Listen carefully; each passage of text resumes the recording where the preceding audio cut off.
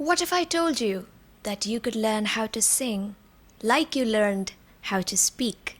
Let's learn music as a language. Hi, I'm Alicia. I'm a singer-songwriter and music educator, and here we speak everything music. Do you remember how you learned your first word or your first sentence?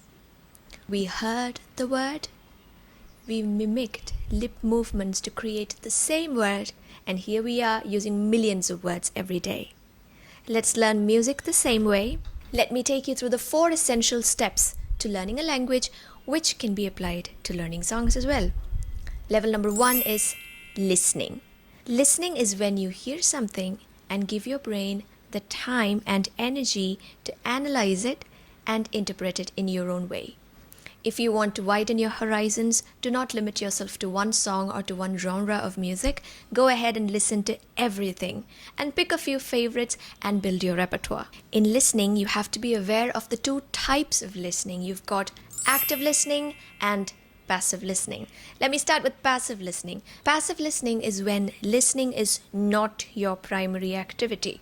You're listening to something in the background while you're doing something else. For example, listening to music while reading a book would be passive listening.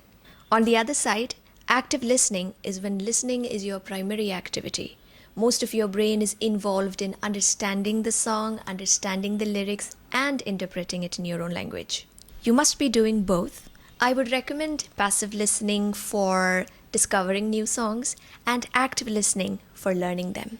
Level number 2 is speaking in the case of languages and singing in the case of songs. So once you've listened to lots of songs and you've got your favorites, it's time for you to start singing them. To sing, you just have to imitate the sounds, the lip movements, and the emotional transaction that the original singer intended. Level number 3 is reading. Reading comes in 2 forms. You need to read music, which is sight reading or sight singing, where you look at the notes, you understand them, and you play them or sing them. And you've got reading about music, which is music literature. For reading music, you need to be aware of some music theory. You need to know the types of notes, the types of rests, and a little essential information, more of which I would be doing later. And for reading about music, you've got ebooks, you've got websites, and lots of places where you can go and read about the music that you're learning. And finally, we've come to stage 4, which is writing.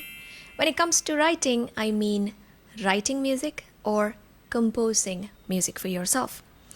So you've listened to a lot of music and you know how to sing a few songs and you can read music and you've read about music. It's time for you to finally put all of the knowledge that you've gained into your own flavor. So go ahead, scribble a few notes on your staff book and listen to what it sounds like. Or write your own lyrics and breathe the life of music into it and see how it turns out.